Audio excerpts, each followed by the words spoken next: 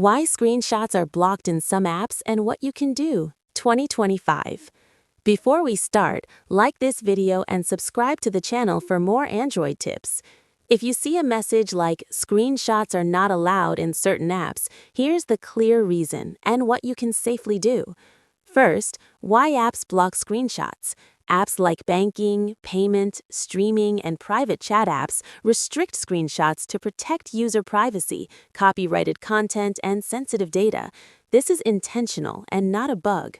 Second, check in-app settings. Some apps allow screenshots inside specific sections. Open the app settings or help section to see if screenshots can be enabled legally. Third, use built-in export or share options. Many apps provide official download, share, or export buttons. This is the safest way to save information. Fourth, request permission or use official statements. For work or support purposes, contact the app's support team. Some services can email statements or summaries to you. Fifth, use a second device if allowed. If the content is not private or copyrighted, you can view it on another device or request an official copy.